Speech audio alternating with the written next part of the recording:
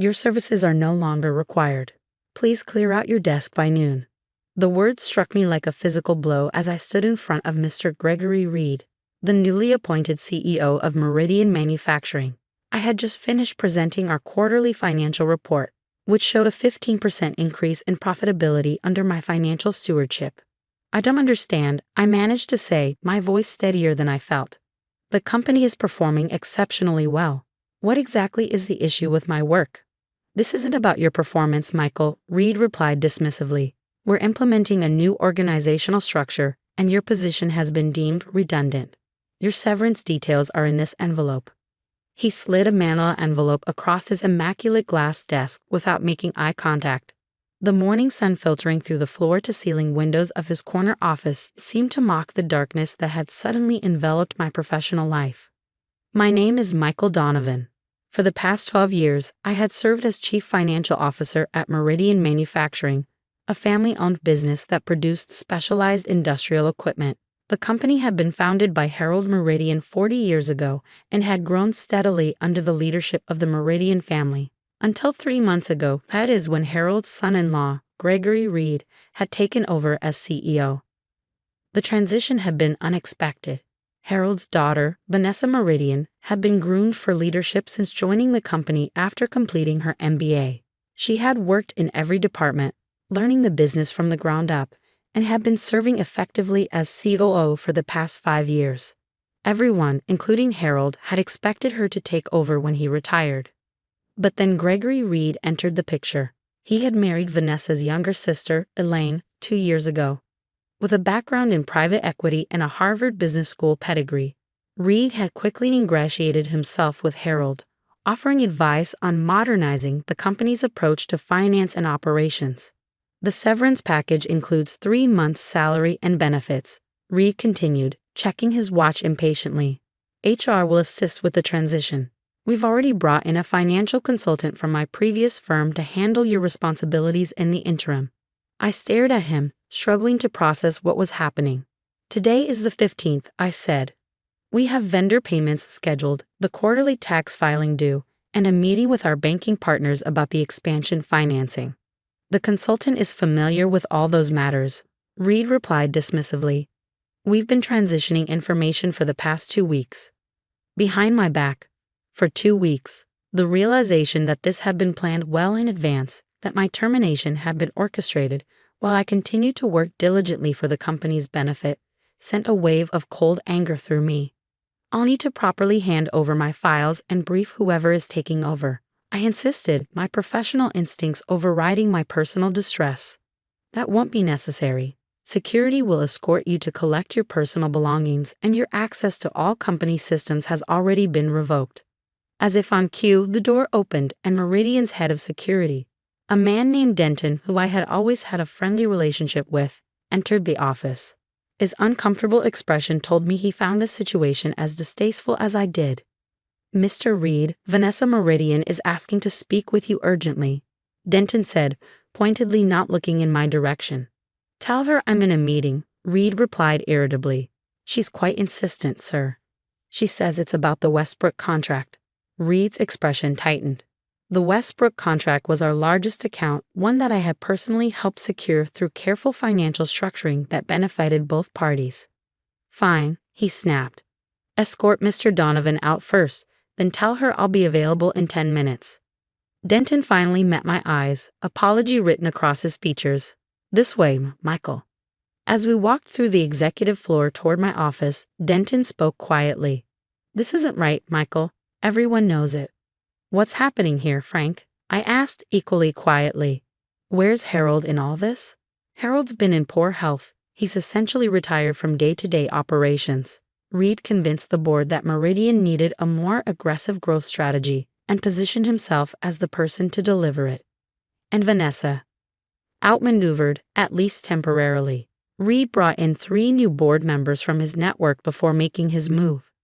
We reached my office, where I found 2 cardboard boxes already waiting. My computer was shut down, and several drawers in my filing cabinet stood open, their contents obviously rifled through. They've already been through my things, I asked, incredulous. Denton looked even more uncomfortable. Reed's consultant and the IT director were in here last night. I'm sorry, Michael. This whole situation stinks. I packed quickly, taking only personal items, family photos, a few books, the fountain pen Harold had given me on my 10-year anniversary with the company. As I worked, my mind raced, considering the implications of what was happening and what I should do next. Frank, I said as I finished, tell Vanessa I'd be happy to talk if she wants to reach out. My personal cell is still the same. He nodded, taking one of the boxes while I carried the other. I'll let her know. At the lobby security desk, I surrendered my company ID and parking pass. The receptionist, Marta, who had been with Meridian almost as long as I had, looked close to tears. This isn't right, Mr. Donovan, she whispered. Everyone's talking about it. Thanks, Marta. I replied gently. Take care of yourself. The drive home was a blur. My wife, Karen, wasn't expecting me. She was at the hospital where she worked as a pediatric surgeon. Our 2 teenagers were at school. The empty house seemed to amplify the sudden silence in my professional life. I placed the boxes in my home office and sat heavily in my chair, finally opening the severance envelope. The terms were as Reed had stated: 3 months' salary and benefits, a non-disparagement clause, and a request to sign a document acknowledging my termination was not due to performance issues. My phone rang, startling me, an unknown number. Michael Donovan speaking. I answered professionally, force of habit. Michael, it's Vanessa Meridian. Her voice was tight with controlled anger. I just heard what happened. Can we meet? Of course, I replied, surprised but relieved to hear from her. When and where? There's a coffee shop called Redwood on 4th Street. Can you be there in an hour? I'll be there. Exactly 60 minutes later, I found myself sitting across from Vanessa Meridian in a quiet corner of the independent coffee shop. At 42, Vanessa had inherited her father's sharp business acumen and her mother's grace under pressure. Today, however, the strain was evident in the tightness around her eyes. First, I want to apologize, she began after we'd exchanged brief greetings. What happened to you today was unconscionable, and it happened without my knowledge or consent. I appreciate that, I replied. But I get the sense there's more going on than my termination. Vanessa nodded grimly. Gregory is systematically removing everyone loyal to my father and replacing them with his own people. 4 department heads have been restructured in the past month. You're the highest-ranking executive to go so far. Why? The company is profitable, well-managed. Because Gregory doesn't want to run my father's company, she interrupted. He wants to strip it, sell off the valuable parts, and absorb the cash into his own ventures. I sat back stunned. That would destroy everything your father built. Exactly. And my father is too ill to see what's happening. Gregory has isolated him, controls who visits, what information he receives. What about the board? 3 of the 7 members are Gregory's former colleagues. 2 others are easily manipulated. Only my father's oldest friend, Arthur Jenkins, and I stand opposed, but we're outvoted. And Elaine, your sister? Vanessa's expression clouded. Elaine believes everything Gregory tells her. She thinks he's saving the company from outdated management practices. So what's your next move? I asked. That's partly why I wanted to meet with you, Vanessa said, leaning forward. I need your help, Michael. Gregory may have control of the board, but there's something he doesn't know. Which is, my father structured the company's articles of incorporation with a special provision. If the company attempts to sell more than 25% of its assets within a 5-year period, it triggers a supermajority voting requirement. 75% of shareholders must approve. I nodded, remembering the provision. I had helped Harold implement it years ago as protection against hostile takeovers. The Meridian Family Trust holds 65% of the shares. Vanessa continued. Most people, including Gregory, assume my father controls all those shares as trustee. But that's not the case. The trust is divided, I realized, recalling the complex structure we had created.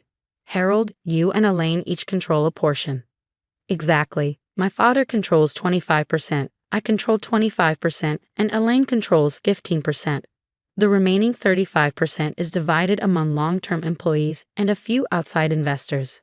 So even if Gregory convinces Elaine and the outside investors to support asset sales, he still needs your approval or your father's to reach the 75% threshold. I concluded. Yes, But here's where things get complicated. My father's health is deteriorating. If he becomes incapacitated, his voting rights pass to a designated proxy, who used to be my mother until she passed away last year. My father never updated the proxy designation. So in case of his incapacity, his 25% effectively becomes deadlocked, I realized. No one can vote those shares, which still prevents Gregory from reaching 75%. But it's a precarious situation, Vanessa confirmed. What I need is documented evidence of Gregory's intentions. If I can prove to the board that he's planning to dismantle the company rather than grow it, I might be able to persuade some of them to reconsider their support. And you think I can help find this evidence? I know you keep meticulous records, Michael. In the months since Gregory arrived, have you seen anything suspicious? Unusual requests for financial information, meetings with potential buyers for divisions of the company? I thought carefully, mentally reviewing the past 3 months. He did request comprehensive valuation reports for each business unit, ostensibly for strategic planning. And there were several conference calls he conducted from his office with parties he never identified. That's helpful, but not definitive, Vanessa said, disappointment evident in her voice. However, I continued, 2 weeks ago, he asked me to prepare a detailed analysis of the tax implications of selling our R&D division and manufacturing facilities while retaining the intellectual property and outsourcing production. I have copies of that analysis on my personal drive because I was working on it at home. Vanessa's eyes widened. That's exactly what I need. It shows he's exploring structural changes that would fundamentally alter the company's operations without disclosing those plans to the board. I'll send you the files this afternoon, I promised. But Vanessa, you should know, Reed mentioned bringing in a financial consultant from his previous firm. They've already begun transitioning my responsibilities. Jonathan Fielding, Vanessa supplied. Former colleague of Gregory's from Avalon Partners, the same private equity firm that was recently investigated for asset stripping 3 manufacturing companies in the Midwest. That's concerning. It gets worse. I've learned that Fielding has been reviewing our customer contracts, particularly the Westbrook account. I believe Gregory intends to renegotiate our major contracts to improve short-term profitability at the expense of long-term relationships. The Westbrook contract, that explained Reed's reaction when Denton mentioned it earlier. The Westbrook terms are carefully balanced, I said. Any attempt to squeeze more profit from them would damage a relationship we've spent years building. Exactly. And Westbrook accounts for nearly 30% of our revenue. We spent the next hour formulating a strategy. By the time we'd parted, I had agreed to compile all the potentially relevant information from my records and to reach out discreetly to certain long-term employees who held smaller equity stakes in the company. 3 days later, I received an unexpected visitor at my home. I was in my office, organizing the financial documentation Vanessa had requested, when the doorbell rang. Opening the front door, I found Harold Meridian himself standing on my porch, supported by a cane and accompanied by a home health aide who waited respectfully a few steps behind. "Harold," I said, genuinely shocked to see him. "Please come in." "Thank you, Michael," he replied, his voice weaker than I remembered, but his eyes still sharp. I apologized for arriving unannounced, but certain conversations shouldn't happen over the phone. I helped him to the living room sofa, offered refreshments which he declined, and sat across from him, waiting. "I understand my son-in-law terminated your employment," Harold began directly, without consulting me or providing a reasonable explanation.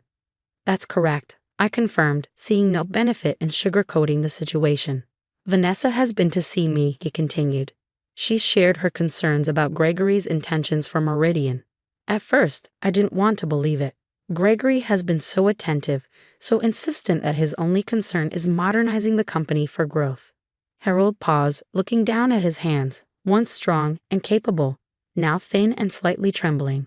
"But I've built businesses for 40 years, Michael. I know the difference between growth strategies and extraction strategies. What Gregory describes as unlocking value sounds remarkably like dismantling everything I've built. I've compiled some information that supports those concerns," I said, gesturing toward my office. Financial analysis that Gregory requested specifically examining how to separate and sell company assets. Vanessa mentioned that. "I'd like to see those documents," Harold said firmly. "But first, I need to ask you something important. If we manage to remove Gregory from his position, would you be willing to return to Meridian? Not just as CFO, but in an expanded role working directly with Vanessa to stabilize the company. The question caught me by surprise. Despite the abrupt and humiliating way I'd been terminated, I had never stopped caring about Meridian Manufacturing, its employees, and its legacy. I would, I answered honestly.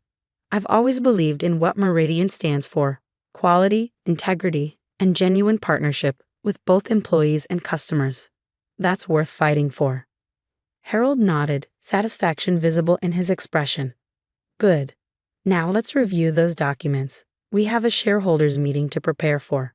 The next week was a flurry of discrete activity. Harold, despite his diminished physical strength, demonstrated that his strategic mind remained formidable. He authorized me to contact Arthur Jenkins and other potential allies on the board.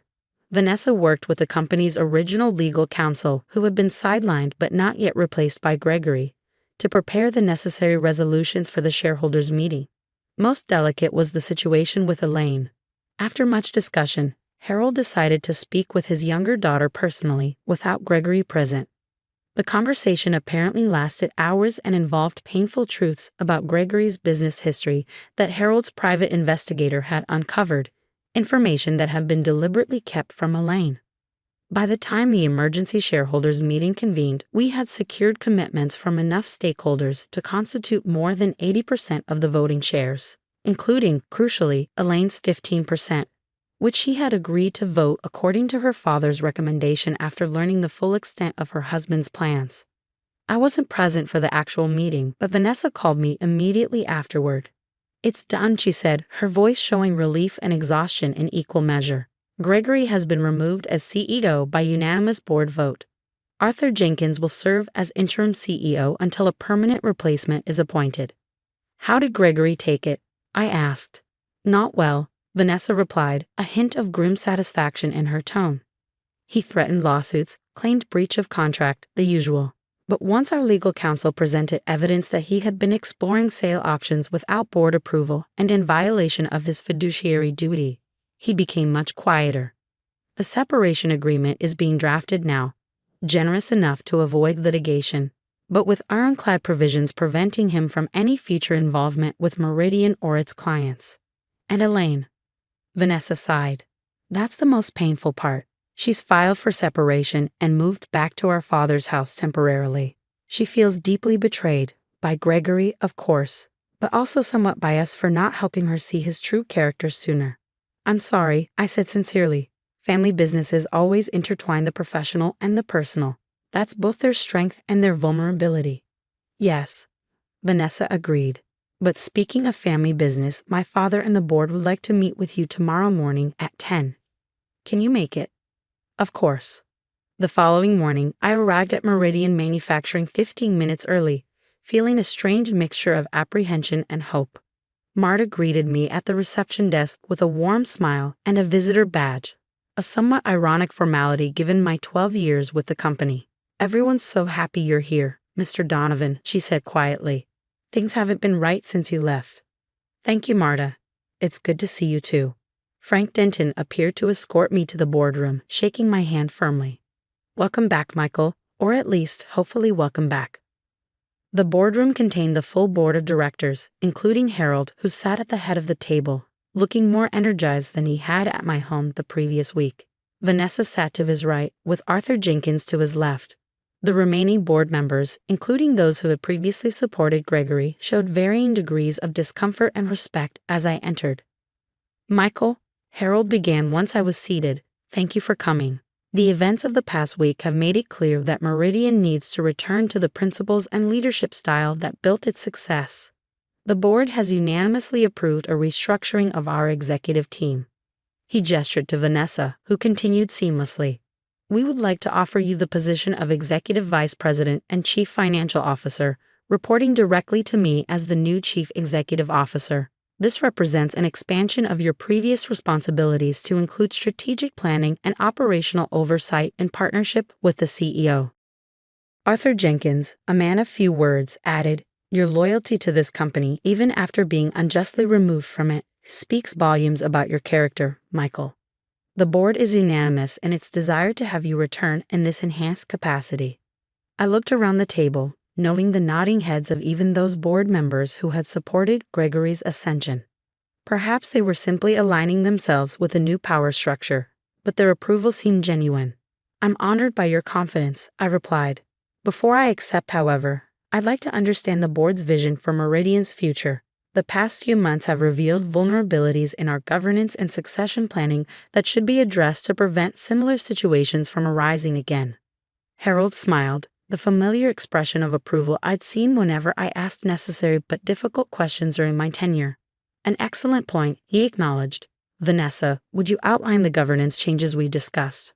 For the next half hour, Vanessa detailed a comprehensive plan to strengthen Meridian's corporate governance, including expanding the board with independent directors, implementing more robust succession planning, and creating additional checks and balances on executive authority. Additionally, she concluded, "We're establishing a stock ownership program that will increase employee equity participation over the next 5 years. We believe that broader ownership will strengthen commitment to the company's long-term success and make it more difficult for any individual to gain disproportionate influence."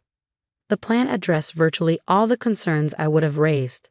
It balanced family control with professional management, created appropriate oversight mechanisms, and aligned everyone's interests with the company's sustainable growth. In that case, I said I would be proud to accept the position and help implement this vision. The relief and approval around the table was palpable. As the meeting concluded and board members offered their congratulations, Harold asked me to stay behind. Once we were alone with Vanessa, he spoke with the directness that had always characterized his leadership. "When I brought Gregory into this company, I made a serious error in judgment," he admitted. "I allowed personal considerations, my desire to see both my daughters happily settled in the family business, to override the careful evaluation I would have applied to any other executive candidate." "Dad, you couldn't have known," Vanessa began. "I could have and should have," Harold interrupted gently. "The signs were there. His history of short-term positions, the vagueness about his accomplishments, his rapid shift from courting Elaine to courting me for a position in the company. I chose not to see them because I wanted to believe the best of the man my daughter had married." He turned to me. "Michael, one of the most valuable traits in a business leader is the ability to acknowledge mistakes and learn from them. I've made a significant one, and the company nearly paid the price. I'm grateful that you and Vanessa had the courage and foresight to prevent that outcome." "We all want what's best for Meridian," I replied simply. "Indeed, and now, with the right leadership team in place, I can focus on my health with greater peace of mind." The transition back into Meridian was remarkably smooth. My former team welcomed me enthusiastically, and even those executives who had been brought in during Gregory's brief tenure seemed relieved by the return to more transparent and collaborative leadership. Within 6 months, the company had not only stabilized but begun implementing the strategic growth initiatives that Vanessa and I had developed together. Our emphasis on innovation, quality, and strong customer relationships proved to be exactly what the market was seeking in an increasingly commoditized industry. As for Gregory Reed, he left the city shortly after his removal, reportedly taking a position with a private equity firm on the West Coast. Elaine eventually filed for divorce, and after some time away, returned to Meridian in a role managing our newly established charitable foundation. Perhaps the most significant change came a year after the shareholders' meeting that had altered Meridian's trajectory. Harold, whose health had improved with reduced stress and proper treatment, called Vanessa and me to his home one evening. "I've been thinking about the future," he said as we sat in his study. "Not just Meridian's future, but my own." He handed each of us a document, the updated trust agreement governing the Meridian family shares. "I've restructured the trust," he explained. "Upon my eventual passing, my 25% ownership will be divided. 10% will go to the Employee Ownership Fund. 5% will be held in trust for Elaine. The remaining 10% will be divided equally between you, Vanessa, and you, Michael." I looked up stunned. "Harold, I don't know what to say." "You don't need to say anything," he replied with a smile. "You've demonstrated something I've always believed but rarely found, that family businesses need both family and non-family leaders who care deeply about their legacy. You've earned your place in Meridian's future, not through marriage or birth, but through dedication and principle." Vanessa reached over and squeezed my hand. I couldn't agree more, Dad. Michael has been part of the Meridian family in every way that matters. 3 years have passed since that conversation. Harold still serves as chairman of the board, though his day-to-day involvement has naturally decreased with age. Vanessa has proven to be an exceptional CEO, balancing innovation with the core values that made Meridian successful. And in my role as executive vice president, I found fulfillment in helping to guide the company's financial strategy while mentoring the next generation of leaders. The crisis precipitated by Gregory Reed's brief tenure taught us all valuable lessons about governance, succession, and the delicate balance between family and business interests. But perhaps the most important lesson was more personal. Sometimes losing your position can ultimately lead to finding your place. As Harold often says now when recounting the story to new employees, the true measure of a company isn't whether it avoids mistakes, but how it responds to them. And the true measure of leadership isn't authority, but accountability. Words to build a business by, and to live by as well.